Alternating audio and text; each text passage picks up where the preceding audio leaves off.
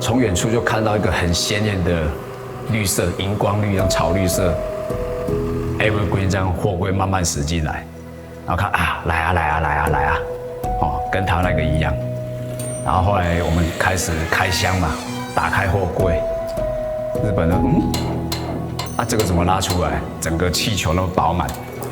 后来他就看到我们拉出来，我们教他，然后把那个毡帮下面一个木头拿出来，钢出来，然后整个抽出来。那日本那时候看到就说，プロ级的柚子。刚开始拆柜的时候，他发现高度是不够的，最后想到说，我们既然台湾人竟然有办法，那个木栈板可以做的那么弹性，还可以把脚卸掉。然后整个在拉出来之后，作品上面又写个斗大的 Made in Taiwan。当下想说，哇，人家觉得你们是 Polo 级的，然后作品又是 Made in Taiwan， 然后整个进场的时候 Evergreen， 所以对头到尾看到的都是台湾，来自于台湾，就觉得说，不止我们觉得很棒，连日本也是觉得你 Polo 级的，就很开心。在日本看到自己长隆，咱家己国产的货柜，家己的品牌，自己的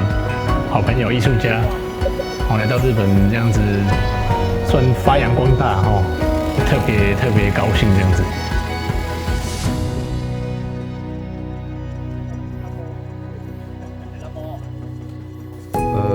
宇部奖，我知道它是有记录以来，它是全世界历史最悠久的一个雕塑奖。长潘美术馆的壁面上就大字，每2年会有一次，它是双年展，然后去做一个国际的征件。那在来自世界各地不同的艺术家、不同风格作品，去挑选15件作品来给一个放大的设置权。我第一次获得宇部奖就是第28届，那我作品名称叫 Dream Capture 追梦人。那刚好那时候是配合东京奥运，每一个选手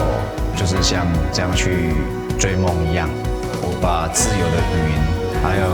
鱼在悠游的动作，跟一个人物里面去看见什么那种自由的一个体态，把它一个意象。因为朋友说，一定要带家人去，然后我那时候就带了我老婆跟我3个小孩，那2个小男生有来，然后我女儿也觉得没什么，她说没关系啊，爸爸下次再一起去啊，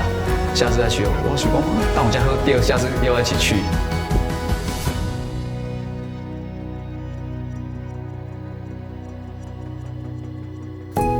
那这一次呢，第30届呢，我等于是台湾来第一次获得2次可以获得设置放大权的一个资格。好，那这次的一个主题叫 Free Air。那我想法就是，简单讲，它是一个自由的空气。那在这个自由的城市里面去开始真的出来想法一个作品。观赏的映射在这个空中泡泡之后，你会感觉你更自由。其实宇部是它最开始的时候，它是一个工业城市。那我想说，我用一个工业的造型的一个器品、钢品来开始，然后这个城市因为多了很多绿美化跟艺术品之后，让整个街景感觉很自由。所以我是希望这个作品的时候，那时候就想说能够映射周遭的环境，然后一起去诠释这个整个一个自由的一个意象。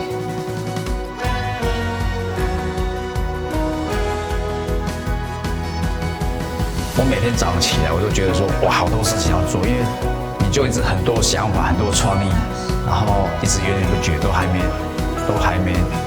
没去做，然后新的创意又来了，就觉得